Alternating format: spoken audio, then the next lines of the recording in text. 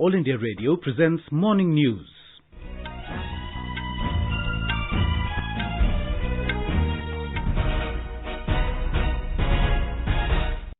Good morning, I'm Sunil Verma and with me is Subhadra Ramachandran. The headlines. Employees State Insurance Corporation relaxes norms to pay 50% of average wages of 3 months as unemployment benefit in view of COVID-19. Agriculture Minister Narendra Singh Tomar says government making concerted efforts to bring reforms in agricultural marketing. India and China to continue to sincerely work towards complete disengagement of troops along line of actual control. Punjab government orders weekend lockdown in all cities and towns from today amid rising corona cases. And Health Minister Dr. Harshvardhan launches interactive first-of-its-kind video game Corona Fighters to spread awareness.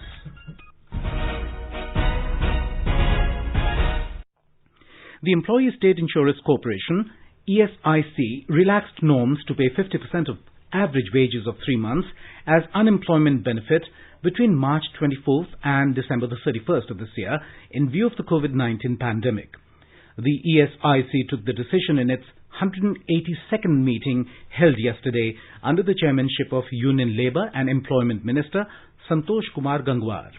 ESIC is implementing the Atal Bimit Vyakti Kalyan Yojana, under which unemployment benefit is paid to the workers covered under Employees State Insurance ASI scheme. The ESIC has decided to extend the scheme for 1 more year, up to 30th of June next year. It has been decided to relax the existing conditions and amount of relief for workers who have lost employment during the COVID-19 pandemic period. The enhanced relief under the relaxed conditions will be payable during the period of 24th of March to 31st of December this year. Thereafter, the scheme will be available with original eligibility condition during the period between 1st of January next year and 30th of June next year. Review of these conditions will be done after 31st of December this year, depending upon the need and demand for such relaxed conditions. The eligibility criteria for availing the relief has also been relaxed. The payment of relief has been enhanced to 50% of average of wages from earlier 25% of average wages payable up to maximum 90 days of unemployment. Instead of the relief becoming payable 90 days after unemployment, it shall become due for payment after 30 days. The insured person, IP, can submit the claim directly to ESIC branch office instead of the claim being forwarded by the last employer, and the payment shall be made directly in the bank account of IP. The insured person should have insurable employment for a minimum period of 2 years before his or her employment and should have contributed for not less than 78 days in the contribution period immediately preceding to an unemployment and minimum 78 days in one of the remaining 3 contribution periods in 2 years prior to unemployment. During the meeting, ESIC also took some important decisions towards improvement in its service delivery mechanism and providing relief to workers hit by the pandemic. The decisions include establishment of ICU, HTU intensive care unit services up to 10% of total commissioned beds in all ESIC hospitals. The government has said that about 21 crore man-days unemployment have been provided and over 16,760 crore rupees have been spent under the Gharib Kalyan Rozgar Abhiyan. The campaign was launched to boost employment and livelihood opportunities for migrant workers and affected citizens in rural areas in the wake of COVID-19 outbreak. Rural Development Ministry said the campaign is being conducted in a mission mode to provide employment to migrant workers who have returned to their native villages of 6 states. These states are Bihar, Jharkhand, Madhya Pradesh, Odisha, Rajasthan and Uttar Pradesh. The ministry said the campaign is empowering villagers with livelihood opportunities in 116 districts of these states. Agriculture and Farmers Welfare Minister Narendra Singh Tomar has said that government is making concerted efforts to bring reforms in agricultural marketing. Speaking at a meeting with industry representatives through video conference, Mr. Tomar said government is taking several measures for the welfare of farmers with a specific focus on Atmanirbhar Bharat. He said that the government has created the Agriculture Infrastructure Fund of 1 lakh crore rupees to be used over the next 4 years. The minister said this fund is for building post-harvest storage and processing facilities, largely anchored at the farmer-producer organizations. He said the fund will facilitate in strengthening the agricultural infrastructure, development and improvement of warehouses, cold storage, pack houses and marketing facilities in the rural areas, which will enhance the income of farmers and boost rural economy. Mr. Tomar said that the country has become self-sufficient in food grain production and urged to focus the attention towards the development of small farmers. The government has said that 1 crore 22 lakh Kisan credit cards have been sanctioned with credit limit of over 1 lakh crore rupees. In an effort to buffer the agricultural sector from the shock of COVID-19, the Finance Ministry said a special saturation drive is underway to provide concessional credit to farmers through Kisan credit card. The ministry said this will go a long way in reviving the rural economy and accelerating agricultural growth. As part of the Atmanirbhar Bharat package, the government had announced provision of a concessional credit of 2 lakh crore rupees, which is likely to benefit over 2 crore 50 lakh farmers, including fishermen and dairy farmers. In an effort to guard against fake news being circulated on various platforms, we bring you our segment on Fact Check and Mythbusters. The government has termed the claim as fake. The Department of Telecommunications is providing no objection certificates to install mobile towers at various locations. Press Information Bureau in a tweet said that the Department of Telecommunications does not issue such certificates. The Health Ministry has said that testing of samples for COVID-19 in the country has steeply increased to more than 9 lakh tests per day. The ministry in a tweet said that is bolstered with all states and union territories testing more than 140 tests per day per million population, as advised by the World Health Organization. It said aggressive testing leads to early identification and isolation of COVID-19 positive cases. The ministry said this, coupled with efficient clinical treatment, keeps the fatality rate down. Health Minister Dr. Harshvardhan has launched an interactive first-of-its-kind game on COVID-19, the Corona Fighters. The minister yesterday also launched 2 new videos urging adherence to key COVID-appropriate behaviors. Speaking on the occasion, Dr. Harshvardhan said that the game presents a new and extremely creative way to teach people the right tools and behaviors to fight the COVID-19 pandemic. He stated that the game was designed to influence the players' actions in the real world, reminding them to take the right precautions and escape infection. He further added that this, along with 2 promotional videos, is a simply designed and enjoyable medium to get a serious message across to the wider public.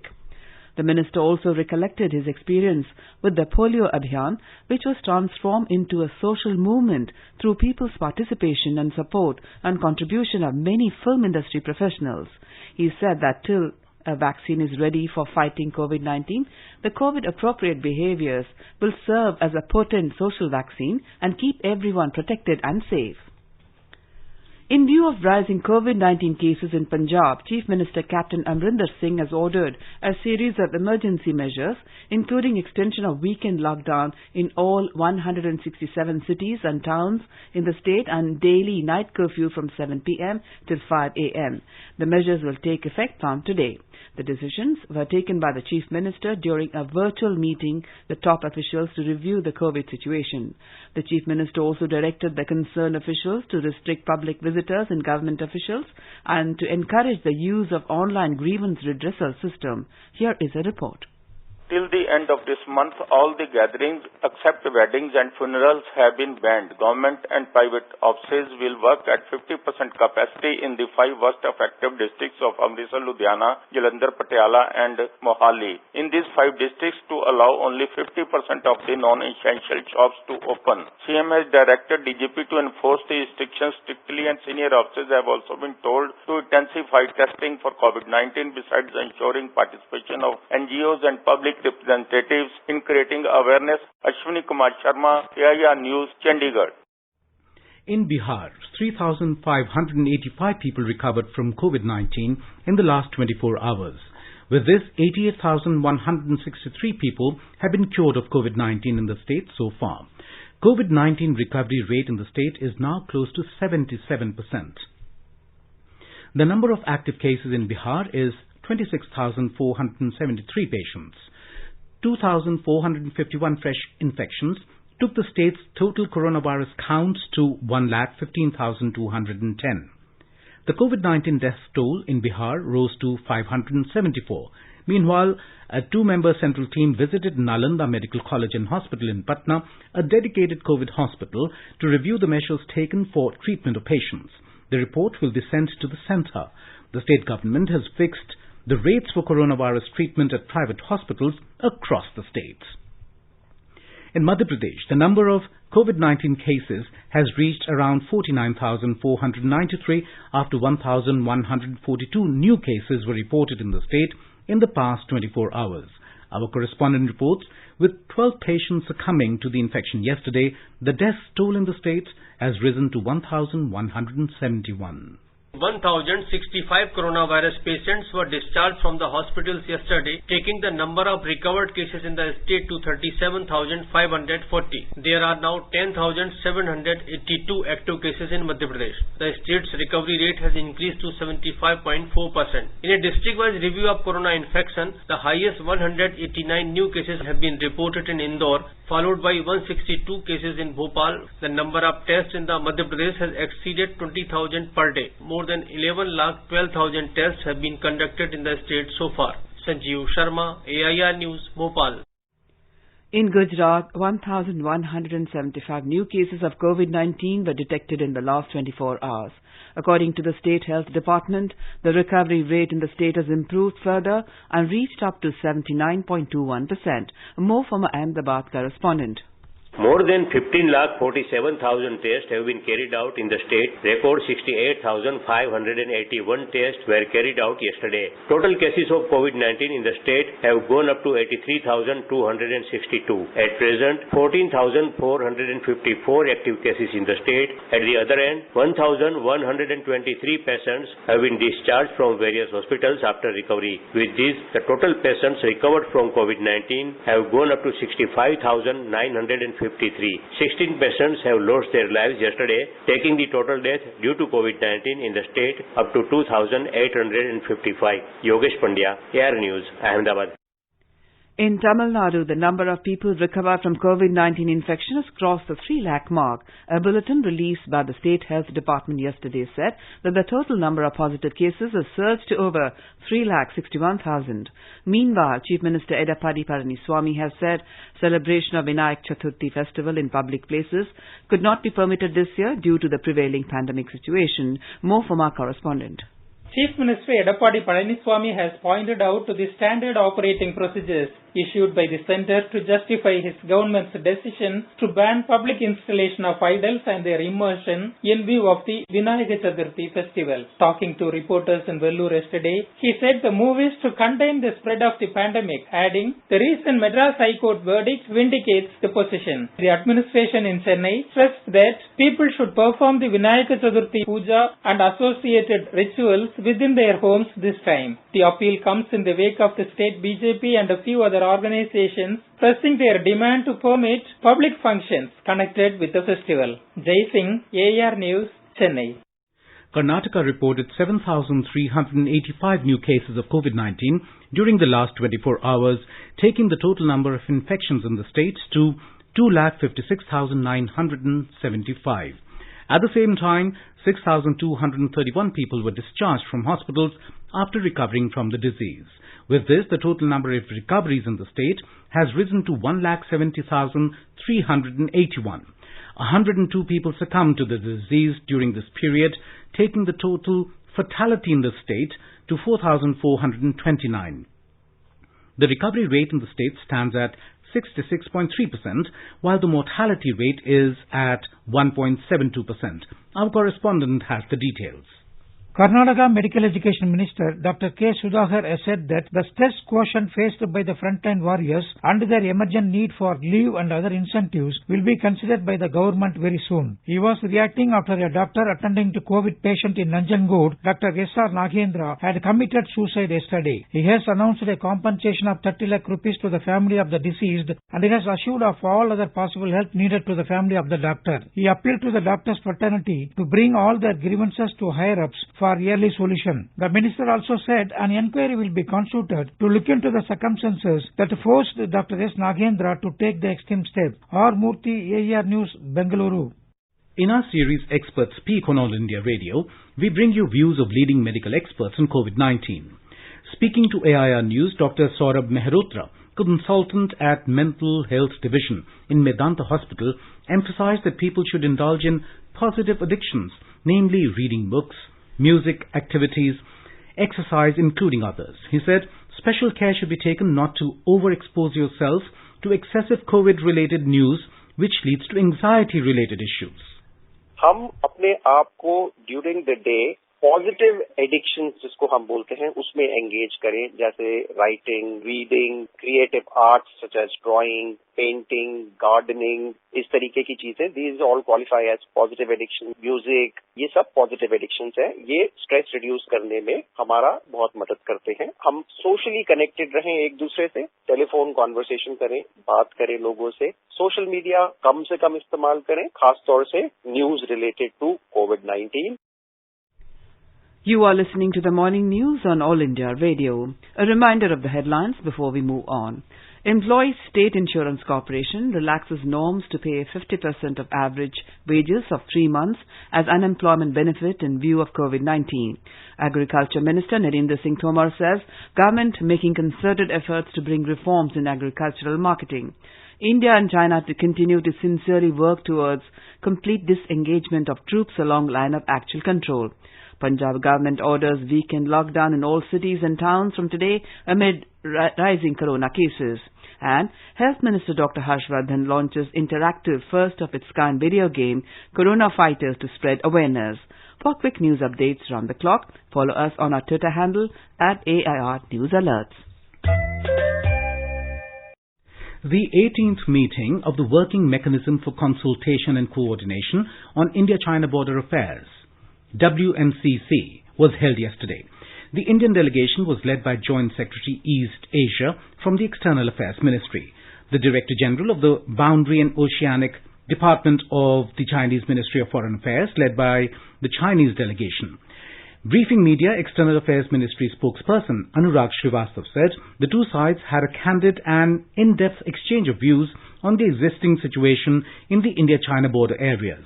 Both sides will continue to sincerely work towards complete disengagement of the troops along the line of actual control. They reaffirmed that in accordance with the agreements reached between the two foreign ministers and the two special representatives, the two sides will continue to sincerely work towards complete disengagement of the troops along the LAC in the western sector. In this context, they agreed to resolve the outstanding issues in an expeditious manner and in accordance with existing agreements and protocols. The two sides were in agreement that restoration of peace and tranquility in the border areas would be essential for the overall development of bilateral relations. The two sides further acknowledged the need to maintain close communication through both the diplomatic and military channels so as to ensure complete disengagement. They also agreed to continue their ongoing engagements, including through the meetings of the WMCC. India has said that the international community should isolate Pakistan for sponsoring terrorism. India yesterday exercised its right of reply to the statement by Pakistan at the 5th World Conference of Speakers of Parliament. India in its reply said that Pakistan's Prime Minister had admitted to nearly 40,000 militants on its soil. India said Pakistan's aggressions against Jammu and Kashmir in 1965, 1971, 1999, attack on Mumbai and Parliament, Uri and Pulwama show Pakistan's state-sponsored policy of terrorism as evident in the inaction against the likes of Hafiz Saeed, Masood Azhar and Ehsanullah Ehsan. India stated that Jammu and Kashmir has been and will remain an integral part of India. It called upon Pakistan to end cross-border terrorism. Lok Sabha Speaker Om Birla led an Indian parliamentary delegation to the 5th World Conference of Speakers of Parliament. The two-day-long virtual event was organized jointly by Geneva-headquartered Inter-Parliamentary Union and the Parliament of Austria with the assistance of the United Nations. India is in touch with Pakistan through diplomatic channels on the Kulbhushan Jadhav case. Replying to a media query, External Affairs Ministry spokesperson Anurag Srivastava yesterday said that for a free and fair trial in keeping with the letter and spirit of the International Court of Justice, judgment, India has asked for Mr. Jadhav to be represented by an Indian lawyer. We have asked that Sri Jadhav be represented through an Indian lawyer. However, it is important that Pakistan needs to address the core issue. These core issues involve providing all necessary documents in this case, as well as providing unimpeded consular access to Sri Jadhav. Responding to another query on the outcome of recent meeting of oversight mechanism between India and Nepal, Mr. Srivastav said this meeting is part of regular consultations. He added that there was a comprehensive review of all bilateral projects. India-South Korea consultations on disarmament and non-proliferation were held virtually yesterday. In a release, the External Affairs Ministry said during the consultations, the two sides exchanged views on global developments and contemporary issues of mutual interest in the field of disarmament and non-proliferation. In Telangana, a fire broke out at the Rishi Salem project's left bank powerhouse during the early hours today. The incident took place at the first unit of the project. Power generation was underway at the multipurpose project, whose reservoir is receiving heavy inflow of floodwater due to incessant rainfall in the state and also at upper catchment areas. As per the initial information, the rescue operation is underway. 6 workers have been rescued and shifted to hospital. The NDRF team has reached the spot. RBI Governor Shaktikant Das has said it would be prudent at this stage to wait for a firmer assessment of the outlook for growth and inflation. All the 6 members of the RBI Governor-headed Monetary Policy Committee, MPC, had opted for a status quo and left interest rates unchanged. However, the MPC maintained an accommodative stance, implying more rate cuts in future if the need arises to support the coronavirus hit economy. According to the MPC meeting minutes released yesterday, Das emphasized that although there is headroom for further monetary policy action, the arsenal has to be kept dry and used judiciously for promoting growth, which has been hit hard by the COVID-19 pandemic. Maharashtra Chief Minister Uddhav Thackeray has directed the authorities to set up a committee of experts and researchers to discuss the implementation of National Education Policy (NEP). Our correspondent reports the Chief Minister held a meeting on NEP with the concerned ministers of his cabinet yesterday. Chief Minister Uddhav Thackeray has said that the state government will have to make many changes in the existing law for the implementation of national education policy, as it has many new concepts. Hence, a detailed discussion on the policy has to take place before adopting the necessary and mandatory changes in the education policy of the state. He underlined the need to discuss the issues of technical education, vocational education, education in mother tongue, among others. He also directed the State Education Department to do all the necessary arrangements to provide education to all the students via offline and online platforms available in the state. Shailesh Patil, AIR News, Mumbai. Chhattisgarh has been declared as the cleanest state of the country as per the Cleanliness Survey 2020 organized by Union Housing and Urban Affairs Ministry. Chhattisgarh has bagged 14 national awards in various categories. The state had taken many initiatives to achieve this success. Here is a report from our Raipur correspondent.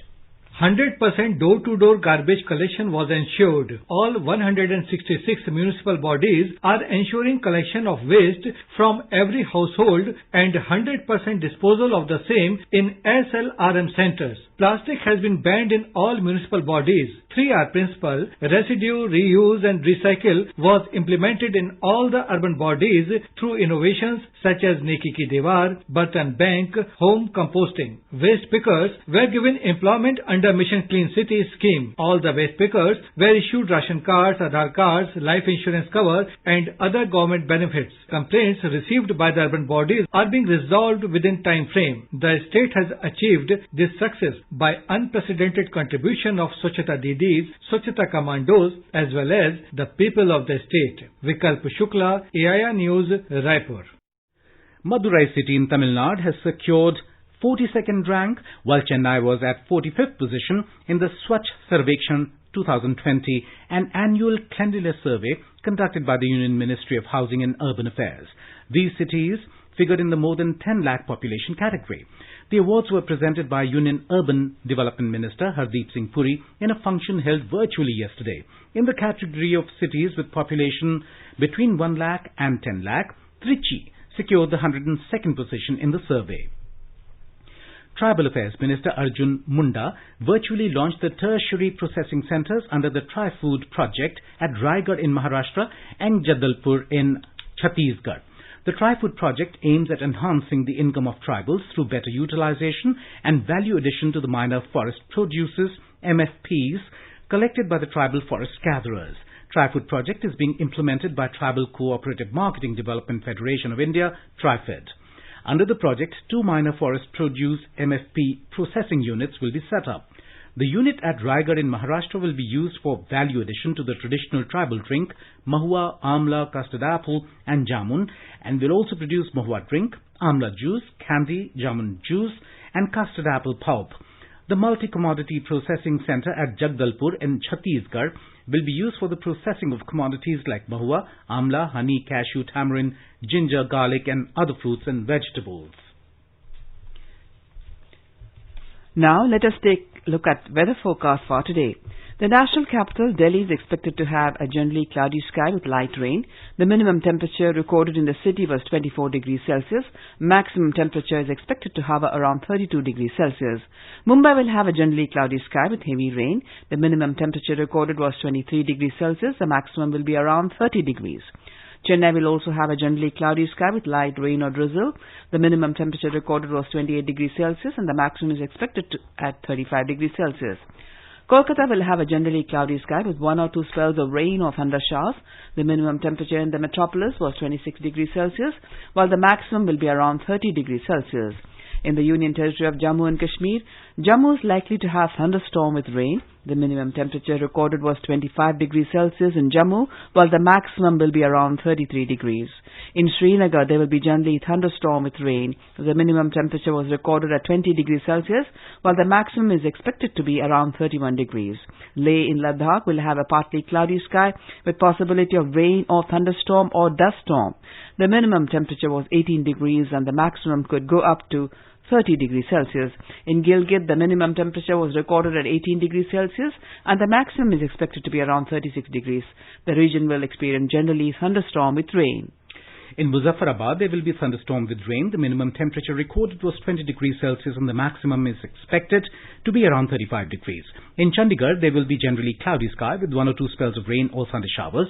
The minimum temperature recorded was 26 degrees Celsius and the maximum is expected to be around 31 degrees. In Dehradun, there will be partly cloudy sky with possibility of heavy rain or thunderstorm.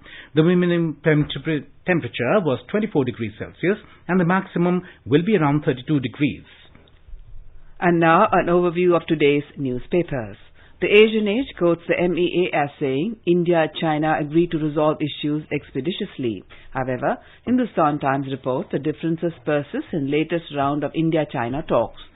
The Hindu leads with the Supreme Court's order on the Prashant Bhushan case. SC gives Bhushan time to reconsider statement, reads the headline. SC urges rethink. Bhushan stands firm. No apology, my duty to future, headlines the Indian Express. Don't punish Bhushan in contempt case, says AG, is the Hindustan Times headline. 3 in 10 Delhi residents had antibodies. News zero result is the headline of the lead story in Hindustan Times. 28.3% Delhiites COVID hit, up 5% from July, writes the Tribune. Eateries, hotels in Delhi may serve liquor soon, reports a Pioneer. MCD areas in the capital among India's dirtiest, writes the Hindustan Times. The Pioneer reports that Indore is India's cleanest city 4th time in a row. Kamala Harris makes history, is first woman of color to be VP nominee, writes the Asian Age. And finally, the Indian Express carries a story about Joy Sebastian, who comes from a village in Kerala, who's won government's challenge to take on Zoom and 1 crore rupees. And now, before we end the bulletin, the headlines once again. Employees State Insurance Corporation relaxes norms to pay 50% of average wages of 3 months as unemployment benefit in view of COVID-19. Agriculture Minister Narendra Singh Tomar says government making concerted efforts to bring reforms in agricultural marketing. India and China to continue to sincerely work towards complete disengagement of troops along line of actual control. Punjab government orders weekend lockdown in all cities and towns from today amid rising corona cases. And Health Minister Dr. Harshvardhan launches interactive first-of-its-kind video game Corona Fighters to spread awareness. For details of these stories and more, log on to our website newsonair.com and News on AIR app. And with that, we end the morning news. Have a nice day.